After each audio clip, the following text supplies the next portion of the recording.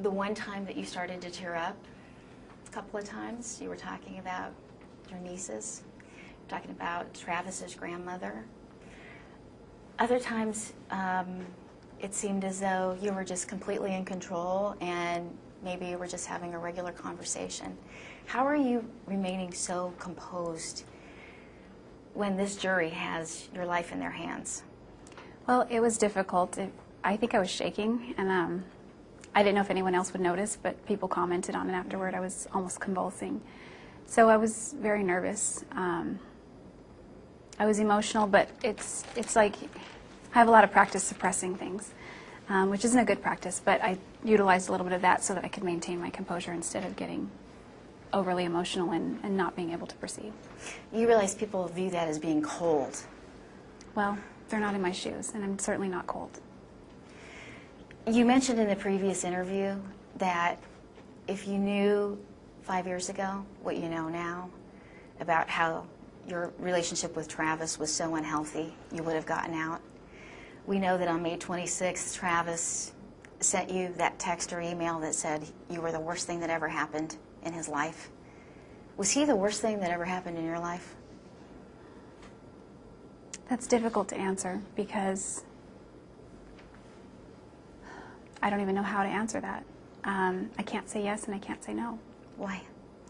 Well, because it's such a complex question. It has a lot of facets to it. And I think with time and perspective, I would be able to answer that. But right now, it wouldn't be right to say yes, and I can't say no. Do you still love him? Yes.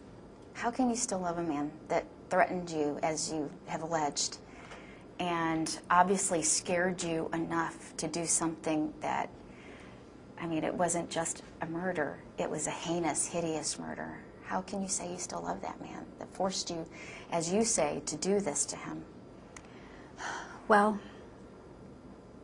that wasn't the kind of person that he was trying to be. And Travis had many wonderful qualities, many redeemable qualities. And those are the qualities that I focus on.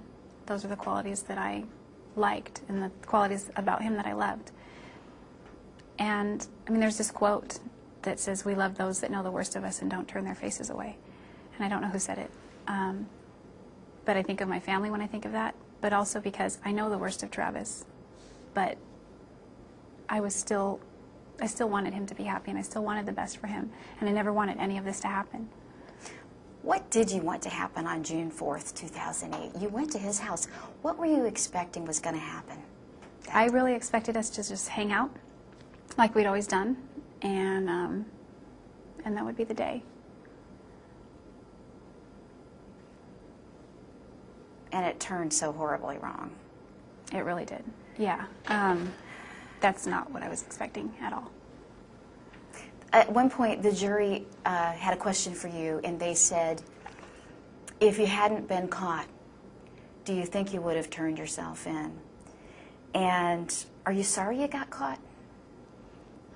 You said you couldn't answer that at the time. Well, I couldn't answer that. I don't know if I would turn myself in. Mm-hmm. I'd like to think that I would, because that would be the right thing to do. On the other hand, can you imagine willingly giving up your freedom? That's a difficult decision to make. So you wouldn't have done it? I can't say that I wouldn't have. I can't say that I would have. I still don't know the answer to that question. And as far as being sorry that I got caught, I wouldn't couch it like that. I've gotten to see your mom in court every day, your grandma, your father showed up this week. When was the last time you saw your dad? Well, he was here earlier in the trial while I was on the stand. Yeah. And prior to that, he's come, I think, one time in the 5 years. He doesn't travel very well. Their hearts must be breaking. Yeah, they are. They are. There were a few times where you'd turn and look at them every now and then, but it seemed like it was few and far between. Why was that?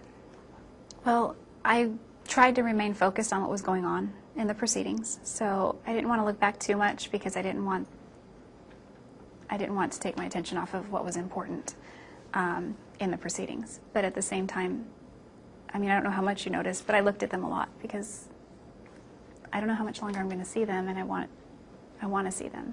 I want to. Are you taking a mental picture of them in your mind because you think you might die? Or are you? Well, I think they'll still visit me regardless of the outcome, but I guess it just helps me and reinforces that I'm loved by these people that know the worst about me, and they still love me. And I look back and I see this whole row of support, and sometimes 2 rows deep, and that helps. We could know tomorrow with the jury's decision. Are you mentally, emotionally ready to meet your maker if that's their decision? Well, I'm ready to meet my maker, but if that time should come, but if that's their decision, it would drag on for years and years. So it's not really contemporaneous. Do you know what I mean? Mm-hmm. Mm-hmm. You're saying you have a lot more time. Even if you get death, you still have years to live, is what you're saying. Yeah. Yeah, I do. That doesn't mean that it's a great quality of life or anything like that. Mm-hmm. If I got a death verdict, this thing keeps dragging on, and I'd really like to close this chapter. I hope that I hope people can get closure. That's the goal for me. I want them to be able to get closure, get peace. Travis's family. Yes, very much, and I don't even know if that's possible. I hope it is. I hope it is for them. I don't know if it's possible. I wish I could just wave a wand and make it possible. Do you think about, okay, if the jury comes back and they give me death, do you think about what that moment would be like? When Yes. they put the needle in your arm? You have thought about that? I haven't thought about that, no. Not at all. Not in great detail. What have you thought about pertaining to that? I've thought about more like the moments immediately following the announcement of the verdict. I have a pretty clear idea of what's going to happen at that point. So at that point, it'll just be taking it day by day and seeing where things go. So you really mentally haven't even gone there? Mm-mm. I haven't. It's more like I'll cross that bridge when I come to it. But you did say that you preferred death at one point, and then today, because of your family, you said, I wouldn't want to put them through that. So at one point, it seemed as though you were thinking about death. Yeah. And preferring the death penalty. Yes. So you have thought about it. Well, to that degree, yes. Just the fact that, I mean, I believe we are eternal, and in a sense, it's kind of like, well, if my life is over, why be a burden to my family? Why be a burden to the system? Why not just remove myself from this picture and move on? That's how I looked at it then. Mm-hmm. Who convinced you? Did your family say, look, you have a life worth living? Did they convince you? Did the defense team convince you? Did something happen between that interview? I mean, it was a short period of time. Yeah, actually, they've all said those things, but my cousin convinced me. The way she said it. What did she say to you? She said regardless of what happens, there's still a lot of hope and a lot of things that can be done, and don't do that to your mom. That's sort of the sum of what she said. She said it with a lot more effect, and it really drove it home for me. And a few days later, I saw my mom as well, and she told me the same thing. And it just reiterated that if I go against what they say, it's just going to cause so much pain, so much more pain.